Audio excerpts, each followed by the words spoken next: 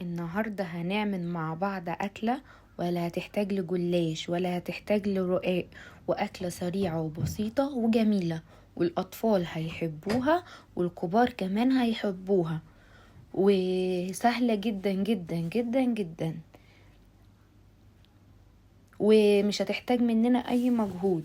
وكل اللي في الوصفة موجود معانا هيبقى موجود في أي تلاجة من بتاعتنا. كل حاجة هتبقى موجودة عندنا في التلاجة. وهنا كنت بوريكم جمال الطبقات. هنا وجبت اللبن عشان نعمل العجينة مع بعض، وحطيت معلقة سكر، حطيت معلقة ملح. هنعمل عجينة سهلة وبسيطة، وحطيت لتر من اللبن، وهنستخدم هنا 5 معالق من الزيت، وهنقلبهم كويس جدا جدا جدا مع بعض عشان يتفاعلوا مع بعض، ولازم نقلبهم كويس. انا استخدمت لتر من اللبن، عادي ممكن تستبدليه وتحطي مكانه ميه، ما فيش اي مشكله.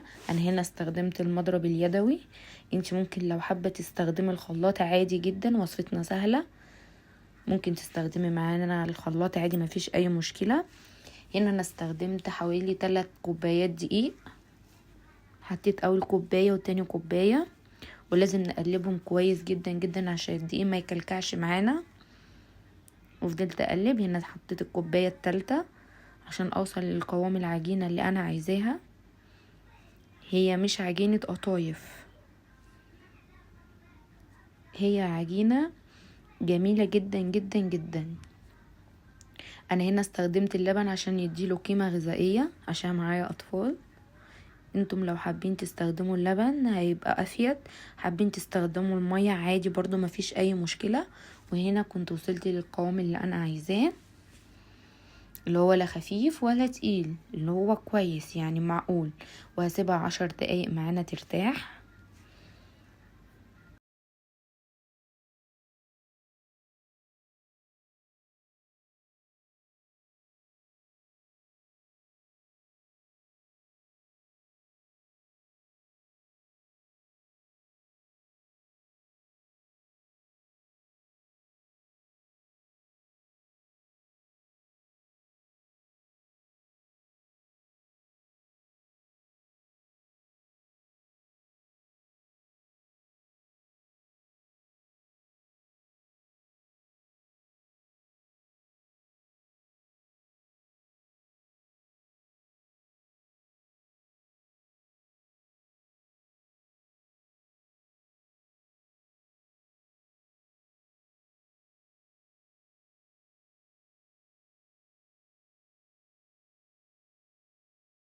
وحطيت اللحمة وفضلت اقلبها كويس.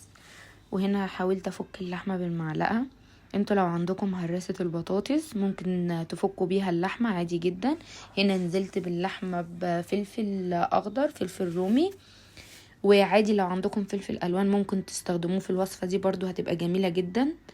ولو عايزين تحطوا الفلفل الحراق اللي تبقى سبايسي هتبقى جميلة جدا، بس انا هنا ما استخدمتش فلفل حراق لان عندي اطفال ما بيحبوش الشطة خالص.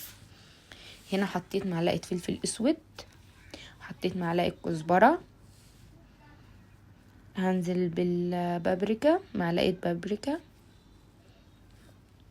وهنا مش قادرة اقول لكم الريحة قد ايه كانت جميلة. وفضلت اقلب فيهم، ومش قادرة اوصف لكم جمال الريحة. الريحة كانت واصلة للجيران بجد بجد.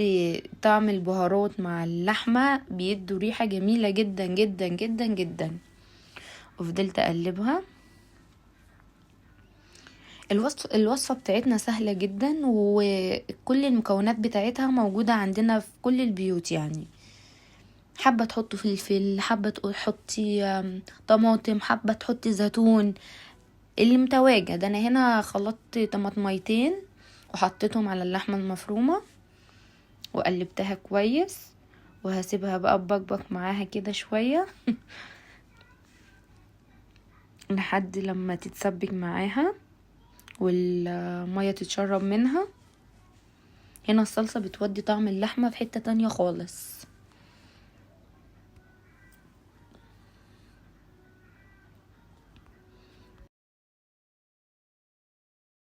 وهنا العجينة بتاعتي كانت ارتاحت، وكانت تقلت عما كانت الاول، تقلت شوية، وهو دوت القوام فعلا اللي انا بحب استخدمها كده. تمام. وفي طاسة على النار حطيت فيها شوية زيت صغيرين خالص مش كتير، ونزلت بالعجينة وهفردها في الطاسة كلها. عادي لو باظت منكم اول حاجة عادي جدا، ما فيهاش مشكلة، مش من اول مرة هتطلع كويسة يعني. وهنا اول ما يتشمع معانا من الجناب هبتدي ان انا اقلبها الناحية التانية اهي. كانت اتشمعت ودت معانا لون من تحت.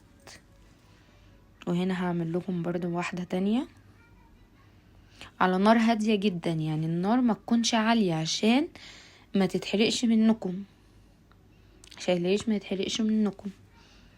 على نار هادية جدا جدا جدا. ودوت كان اللون اللي انا عايزاه.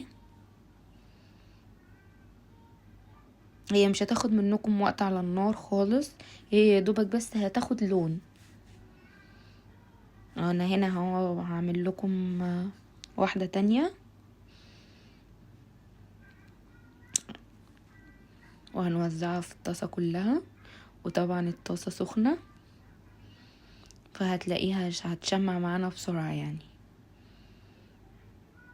وطبعا اول ما بيطلع العيش بتاعنا لازم نحطه على حاجة ونغطيه كويس عشان ما ينشفش مننا، لازم يبقى طري. الوصفة بتاعتنا النهاردة لازم العيش فيها دوت لازم يبقى طري. وهنا كنت خلصت خلاص الرغيف التاني وقلبته على الناحية التانية يتشمع برضو يدي لون.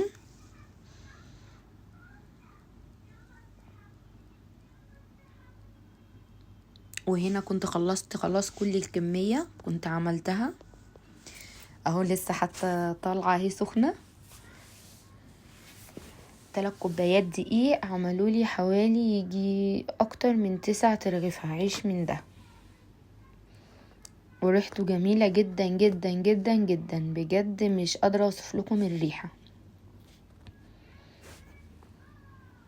وجبت حلة على النار وفيها سمنة. هنا هنعمل البشاميل، هنحتاج في الوصفة بتاعتنا بشاميل. وحطيت حوالي 3 معالق من الدقيق وهقلبهم كويس جدا جدا مع بعض لحد لما الدقيق يشرب السمنة بتاعتي، واسيبهم يبقبقوا كده شوية مع بعض. لازم الدقيق يتشرب السمنة كلها ونقلبه كويس عشان ما يكلكعش مننا، نفضل نقلبه عشان ما يكلكعش مننا. وهنا نزلت بلتر من اللبن وفضلت اقلب فيه كويس جدا عشان ما يكلكعش مننا. وهنا استخدمت مرقة، انا بحب المرقة جدا. وحطيت معلقة فلفل اسود، حطيت معلقة ملح، وما استخدمتش اي توابل تانية في البشاميل. وهقلبه كويس كويس لحد لما يتقل معانا. وده تقريبا القوام اللي انا كنت حباه. هنا وفي صينية فاضية حطيت شوية من البشاميل، صينية مدورة فاضية، وهنزل عليها بالعيش.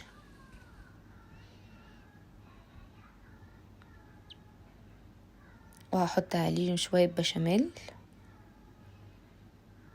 وهفرد عليه اللحمة المفرومة. وهنا بقى اي حاجة ممكن تحطوها اختياري، لحمة مفرومة، زيتون، ممكن تستبدلوا اصلا اللحمة المفرومة تحطوا بطاطس، تحطوا فراخ، اي حاجة. الحشوة دي يعني ممكن تلغوا اللحمة المفرومة خالص وتحطوا اي حشوة عندكم. انا هنا استخدمت اللحمة المفرومة وحطيت عليها جبنة موتزاريلا، وهحط عليها غطيها برغيف تاني.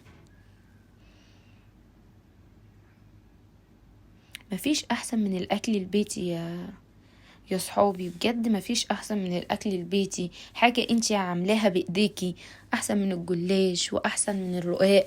حاجة انتي عاملاها بايديكي وفيها قيمة غذائية جميلة جدا جدا للاطفال، اللي هو اللبن والدقيق. وممكن تستغني عن اللبن خالص وتحطي مكانه مية. بس انا هنا علشان معايا اطفال فمدية الوصفة قيمة غذائية افضل يعني. وهنا بقى على حسب الطبقات اللي انت عايزاها عالية عايزاها اقل، دي براحتك انت بقى. هنا كنت غطيت خلاص، غطيتها بالبشاميل